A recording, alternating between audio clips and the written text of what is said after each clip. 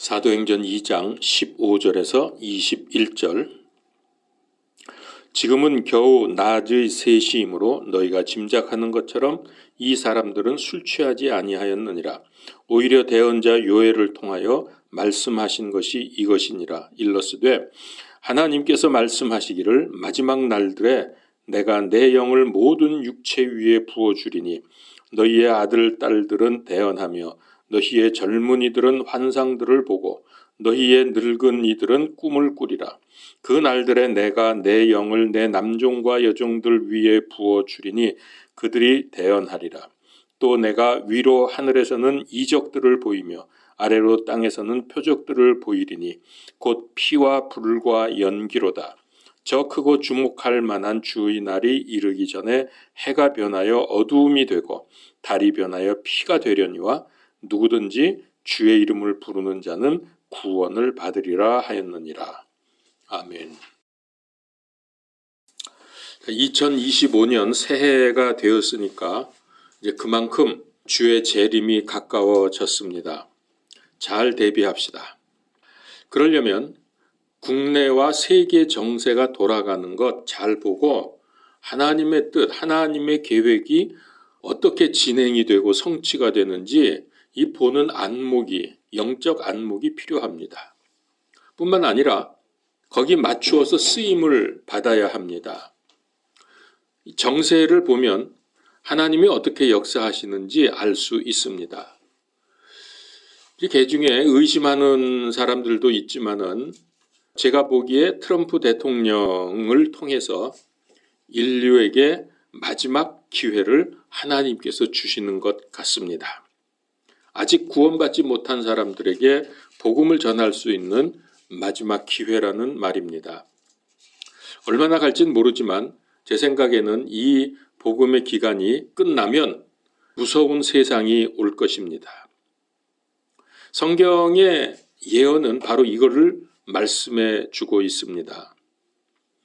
이제 새해가 시작이 되었으니까 새로운 기회를 가질 수 있습니다.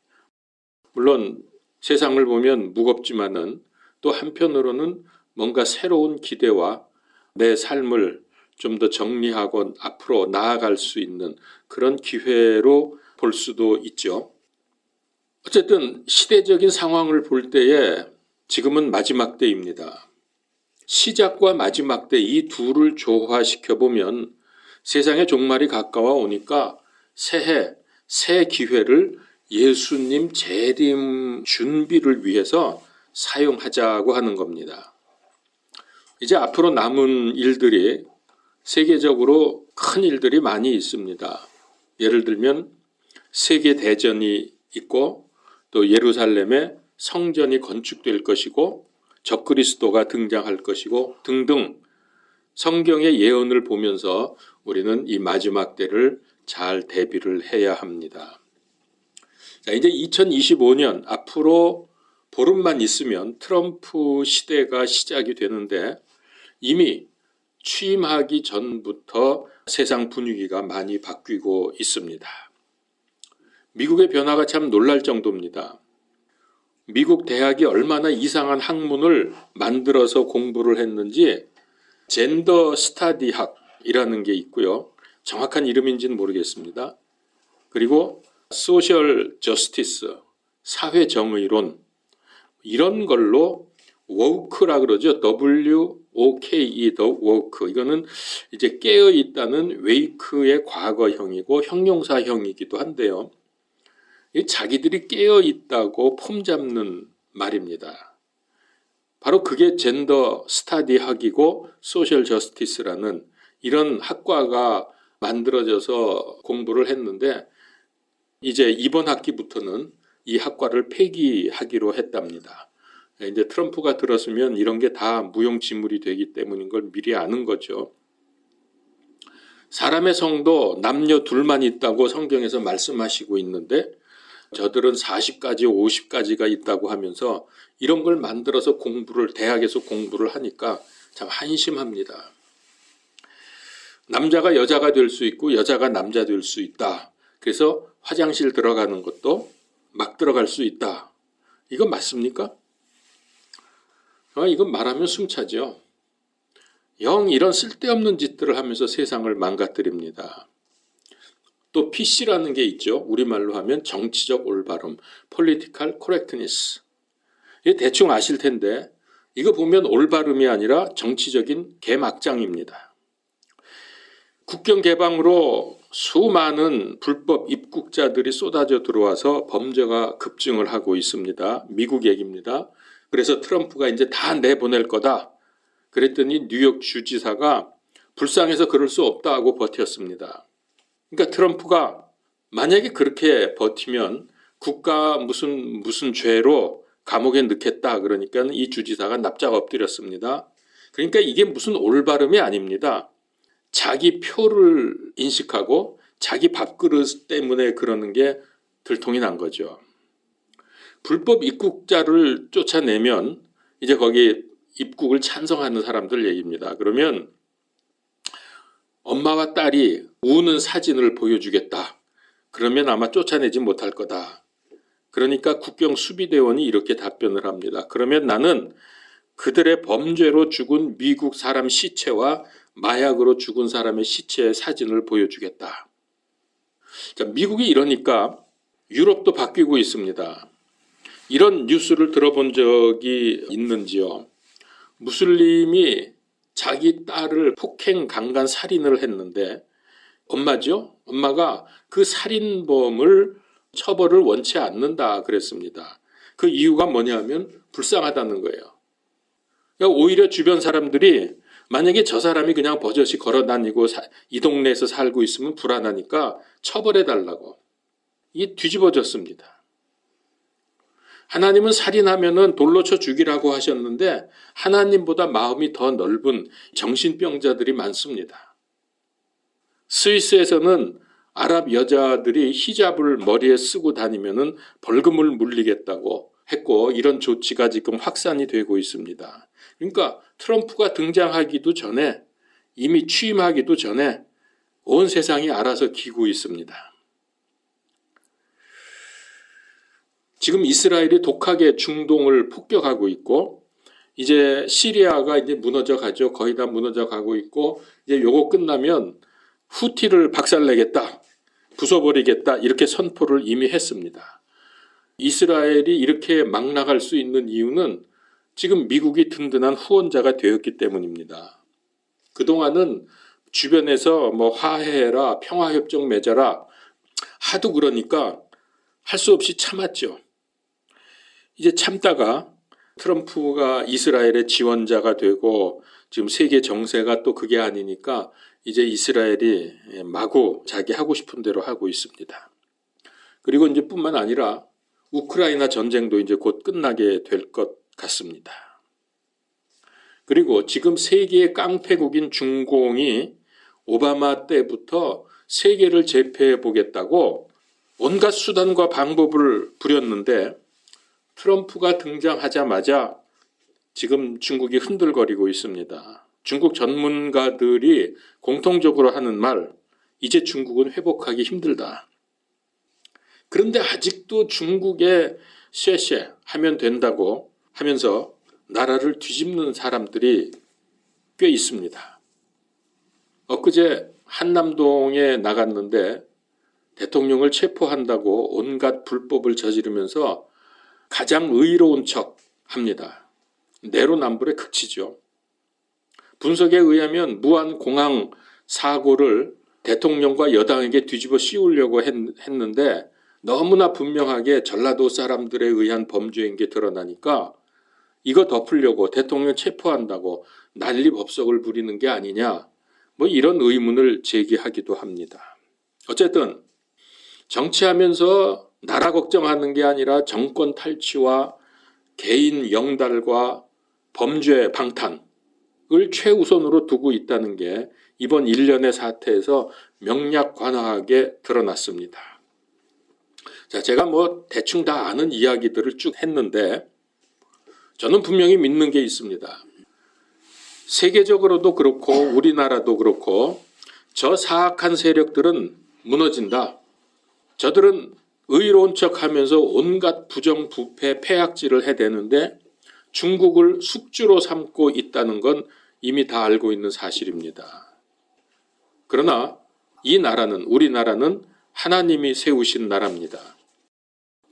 북한을 왜 조선민주주의 인민공화국이라고 하는지 아십니까? 이들은 좋은 말은 다 갖다 붙였습니다. 민주주의 인민공화국. 그래서 사람들을 속이고 온갖 악한 짓을 다 합니다. 그런데 맨 앞에 조선이라는 말이 붙어 있는데 그 이유가 있습니다. 물론 이거는 제 생각입니다만은 조선 사회 제도가 타락한 계급 제도로서 소수의 권력자들을 위해서 백성들을 다 노예 삼은 그런 사회였습니다. 근데 이게 좌파들이 북한과 중국을 좋아하는 그 영적인 연결고리다라고 생각이 됩니다. 양반과 상놈 계급 제도로 소수의 양반을 위해서 온 백성을 수탈해서 이것을 유지하기 위한 방법으로 중국의 속국 노릇을 했던 조선이었습니다. 그러나 이렇게 수탈과 압제의 조선시대 500년을 이제 하나님께서 두고만 볼 수 없었기에 하나님께서 손을 보기 시작했습니다. 드디어 때가 되매 하나님께서 일본을 사용해서 조선을 무너뜨렸습니다. 그리고 이승만을 비롯해서 조만식 등 애국자들을 일으켜서 대한민국을 세우셨습니다. 그리고 이 나라에 복음을 받게 해서 세계적인 기독교 국가가 되게 하셨습니다. 이 복음의 힘으로 마지막 때에 온 세계에 복음이 전해지도록 우리나라를 경제 강국, 선교 강국으로 세워가고 계십니다. 그런데 이걸 못마땅하게 여긴 사탄 마귀 세력이 이 나라를 무너뜨리기 위해서 온갖 그럴듯한 용어와 전술로 공격을 해왔고 지금은 죽기 살기로 불법적 발악을 하고 있는 중입니다. 자, 하나님의 계획과 역사가 이렇게 진행되고 있다는 것을 안다면은 지금 우리나라 상황을 걱정하고 두려워할 필요가 없습니다. 우리나라는 반드시 회복되고 경제강국, 선교강국이 될 것이기 때문입니다. 하나님께서 세우신 나라를 누가 감히 무너뜨립니까? 우리가 특별히 세 나라를 위해서 지금 기도하고 있죠. 우리나라와 이스라엘과 미국. 마지막 때 하나님께서 이 세 나라를 들어 쓰실 것이기 때문입니다. 물론 이 외에도 다른 나라도 쓰실 수 있겠지만 현재 상황을 보면 그렇습니다. 지금 하나님의 능력으로 요엘서 2장과 사도행전 2장 말씀이 성취되어 가는 것이 보이지 않습니까? 사도들이 오순절 지키기 위해서 15개 국가에서 몰려온 디아스포라들에게 성령님께서 각 나라 말로 복음을 전하게 하셨습니다. 이 말을 들은 이 놀란 유대인들이 저것들이 대낮에 술 먹었구나, 술 취했구나, 이렇게 하니까 베드로가 이렇게 말합니다. 그게 오늘 본문 말씀입니다. 사도행전 2장 15절에서 21절까지 그게 본문 말씀이거든요. 이게 요엘서 2장 27절에서 32절에 보면 그대로 나와 있습니다. 그러니까 지금 그 요엘서의 말씀을 베드로가 그대로 갖다가 오순절 성령님의 역사를 의심하고 반대하는 사람들에게 하는 거죠. 자, 지금 세계 정세를 보십시오. 근래 몇십 년 동안 사회주의, 공산주의 좌파가 득세했습니다. 이 사상을 따르지 않으면 깨어있지 못한 사람 취급당했습니다. 우리나라도 예외가 아니었습니다.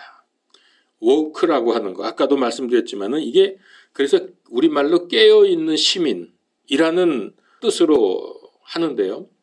이 말을 들을 때 어떤 느낌이 드십니까? 깨어있는 시민. 본래 이 워크라는 거는 인종, 성별, 장애인, 또 종교, 직업 등의 그 편견과 차별을 없애자고 시작이 되었습니다. 참 좋은 발상입니다.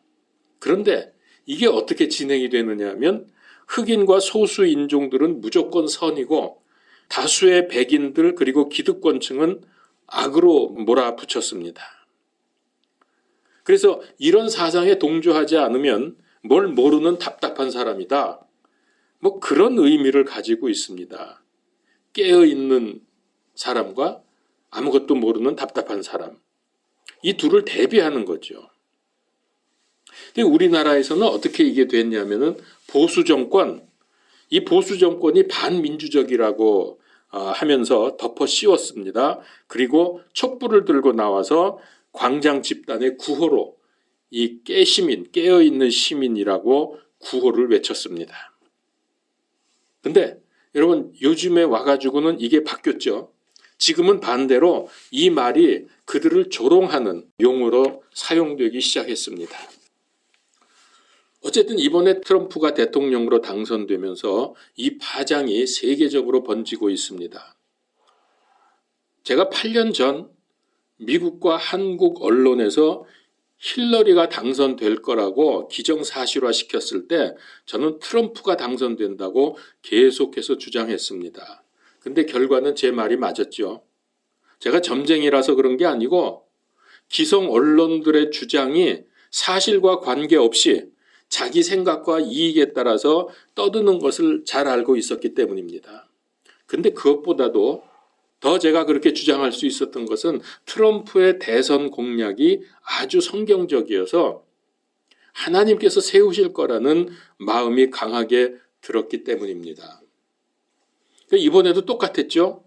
이번에도 해리스가 당선된다고 미국과 한국 언론에서 개표하는 상황에서조차도 그렇게 떠들었어요.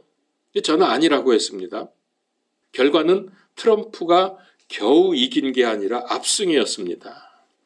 지금 언론이 개막장입니다. 저들이 몰라서가 아니에요. 그렇게 거짓말을 퍼뜨려 놓고 뒤에서는 부정을 저지르든 무슨 짓을 하든 이권과 권력을 채우려는데 눈이 어두워서 거짓말을 마구 퍼뜨리는 겁니다. 그래서 사람들을 세뇌시키려는 것이죠. 여론조사도 마찬가지입니다. 엉망으로 나오지 않습니까? 이건 우리나라 언론도 똑같습니다. 어제 뉴스에 민주당이 대통령 탄핵에서 탄핵 범죄 중에서 내란을 빼겠다고 했습니다. 그러면 탄핵 자체가 성립이 안 되죠. 왜냐? 아무리 봐도 내란 혐의로 얽어맬 것이 없거든. 근데 또 이게 또 꼼수더라고요, 보니까.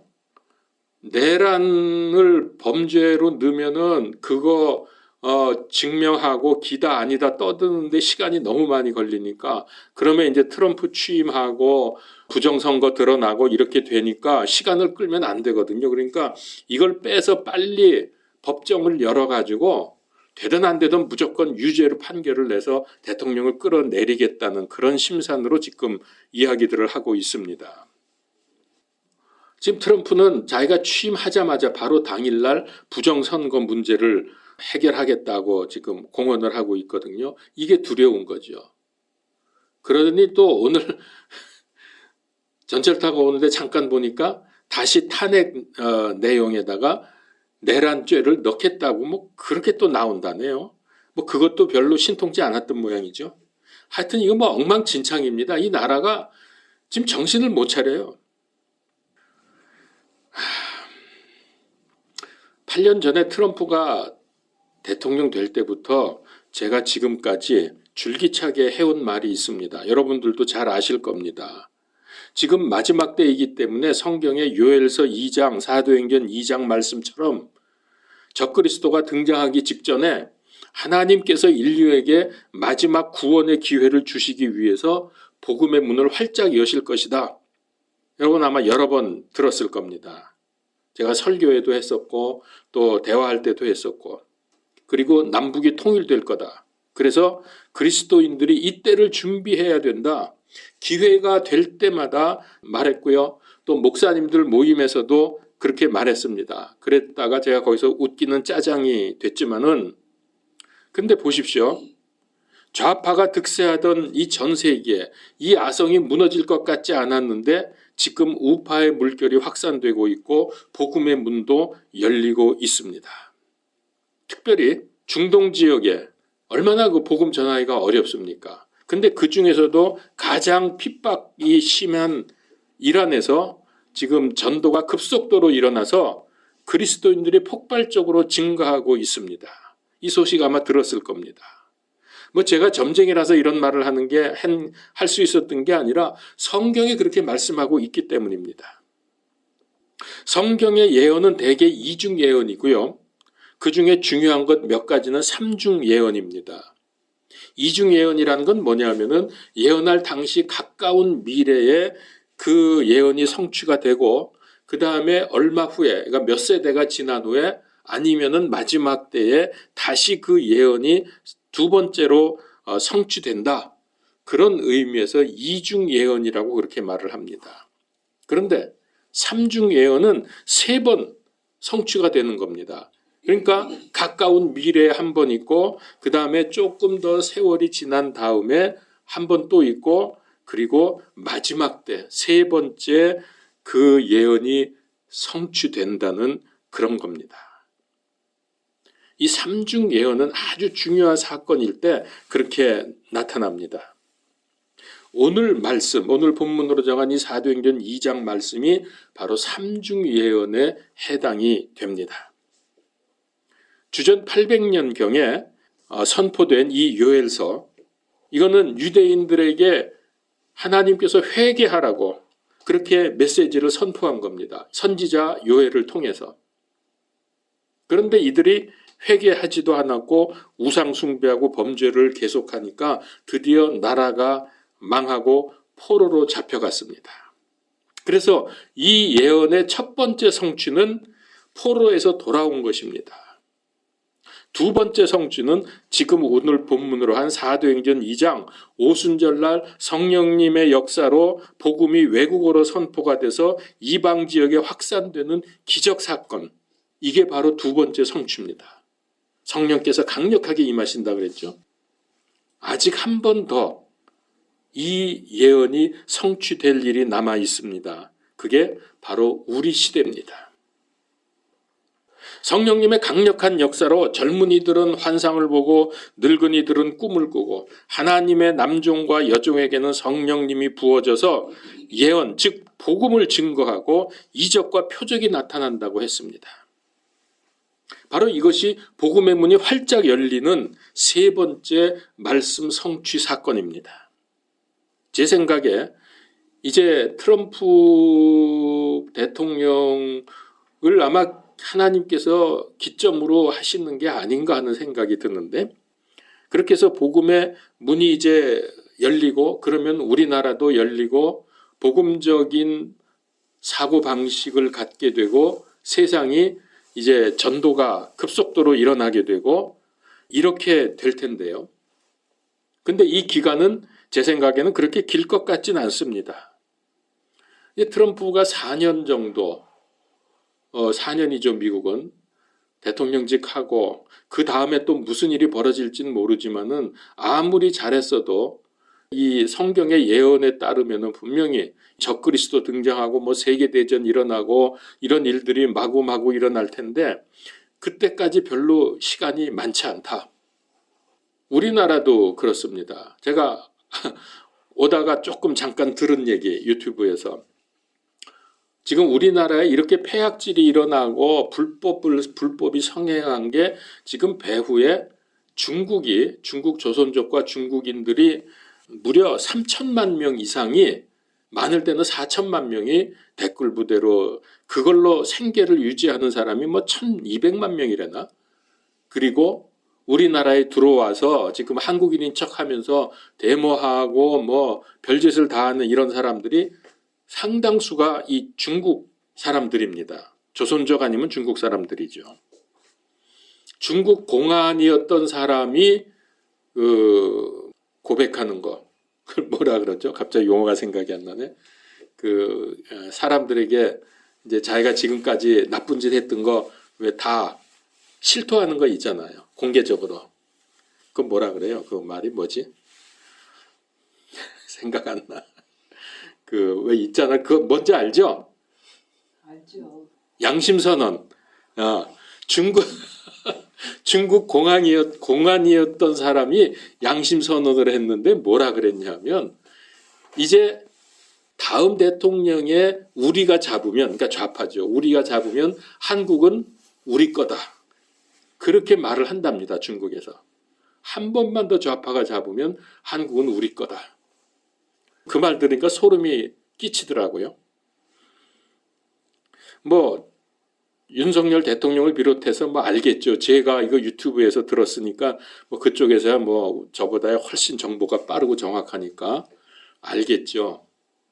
웃기는 소리 하지 마라. 아마 저는 그럴 거라고 생각을 합니다.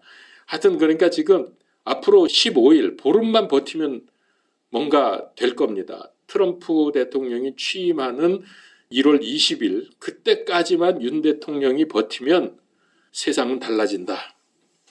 취임하자마자 부정선거 드러낸다 그랬으니까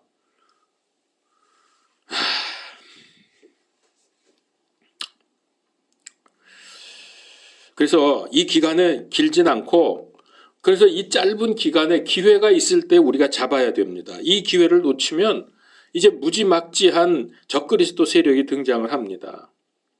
예수 그리스도 복음을 받지 않으면 그 사람들은 환란기에 들어가야 되는 거예요. 물론 우리는 그 전에 휴거되겠지만은 성경 계시록에 의하면 환란기에 들어가서 복음 받고 14만 4천 유대인들의 활동이든지 아니면은 어떤 방법으로든지 복음을 듣고 이제 기독교인이 되면은 적그리스도가 그들을 표적으로 해서 박해를 할 것입니다. 짐승의 표를 받지 않으면은 그때에는 아무 경제 활동도 할 수 없습니다.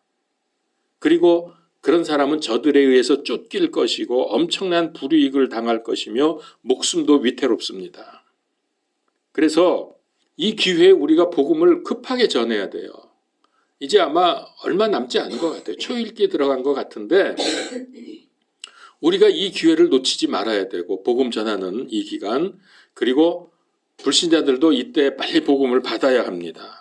만약에 그러지 않고 환란기에 들어가서 도저히 못 참겠다 그래서 짐승의 표를 받으면 어떻게 된다 그랬죠? 영원 무궁토록 타는 불호수에 던져집니다.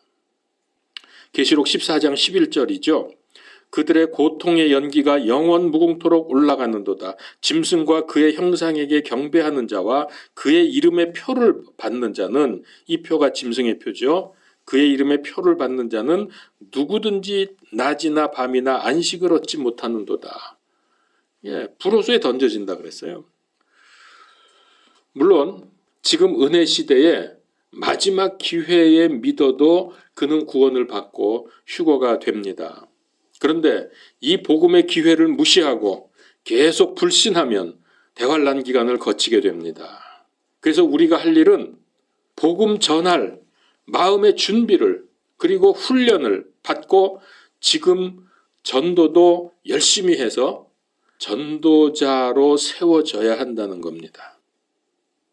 이게 우리 마지막 때 할 일이에요. 드디어 때가 되면 주저없이 열린 복음의 문으로 나가면 됩니다. 가족에게, 주변 사람들에게. 그리고 하나님께서 가라고 하면 선교사로도 나가고 북한 문이 열리면 거기도 가서 올바른 복음 사역을 해야 합니다. 저는 걱정인 게 하나 있는데요. 통일이 돼서 북한 문이 열리면 교회들, 교파들이 저마다 달려가서 물량 공세를 펼치지 않겠나. 그러면서 사람들을 끌어모으면서 어떤 외적인 확장에 몰두할까 봐 걱정이 됩니다. 참 생명을 누릴 복음 구원 그리고 삶을 가르쳐야 하는데 숫자놀이, 건물 건축, 자기 교회 홍보 이런 데 매달려서 믿음 생활을 망가뜨리면 안 되는데요. 그러지 말아야 합니다. 그럴 확률이 꽤 있다고 보여져요, 저는. 지금 교계가. 그래서 올바른 복음 사역을 하도록 기도로 준비하고 마귀 세력에 농락당하지 않도록 조심해야 합니다. 그렇게 막 가서 뭐 우리 교회하고 뭐 사람들 많이 모아서 또 그 교회 막 예산, 헌금 예산한 거 가지고 막 쏟아 부어가지고서 북한 사람들 끌어모으고 뭐 이것저것 해주고 그러면서 조심해야 돼요. 러시아 선교에 실패한 이유가 바로 그겁니다. 이 한국 사람들이 선교사들이 들어가서 뭐 갔다가 돈으로 떡칠을 했거든. 뭐 사주고 뭐 해주고 뭐 건물 지어주고 막 그런 거 하니까 사람들이 막 러시아 사람들이 수천 명이 몰려드는 거예요. 그랬다가 그게 끊어지니까 싹 다 없어져 버렸어요. 지금 북한도 그렇게 될 확률이 있어요. 잘못하면. 베드로전서 4장 7절. 오직 모든 것의 끝이 가까이 왔으니 그러므로 너희는 정신을 차리고 깨어 기도하라. 마지막 때를 말하면 엘러지 반응을 일으키는 사람들도 있지만은 성경 말씀과 시대적 징조를 보고 또 세상의 방향을 보면 모든 것의 끝이 가까이 왔음을 알게 됩니다. 영적인 안목을 가지면 이게 보입니다. 우리가 먼저 영적 생활에 성공해서 하나님의 임재 속으로 들어가야 합니다. 영 안에서 깨어 세상에서 일어날 일들 예수님의 재림을 대비해야 합니다. 그러면서 불신자 한 사람이라도 더 주께로 인도하겠다고 다짐합시다. 우리가 전하지 않으면 그들은 하나님 없이 멸망당할 것입니다. 자, 성경을 찾겠습니다. 로마서 13장 11절에서 14절. 또 때를 알거니와 지금이 우리가 잠에서 깨어야 할 바로 그때이니 이는 지금 우리의 구원이 우리가 믿었을 때보다 더 가까이 있기 때문이라. 밤이 많이 지나고 낮이 가까이 왔으니 그러므로 우리가 어둠의 행위를 벗어버리고 빛의 갑옷을 입자. 낮에 하듯이 우리가 정직하게 걸으며 흥청거리거나 술 취하지 말고 침실을 더럽히거나 방탕하지 말며 다투거나 시기하지 말자. 오직 너희는 주 예수 그리스도로 옷 입고 육신의 정욕을 채우기 위해 육신에게 기회를 주지 말라. 아멘. 기도하겠습니다. 하나님, 오늘날 세상이 어지럽고 캄캄하지만 이제 하나님의 말씀에 따라 빛이 비추고 복음의 역사가 일어날 것을 믿습니다. 이 기간, 이 기회를 우리가 놓치지 말게 하시고 복음 사역을 잘 감당하도록 우리를 준비시켜 주시고 사용하여 주시옵소서.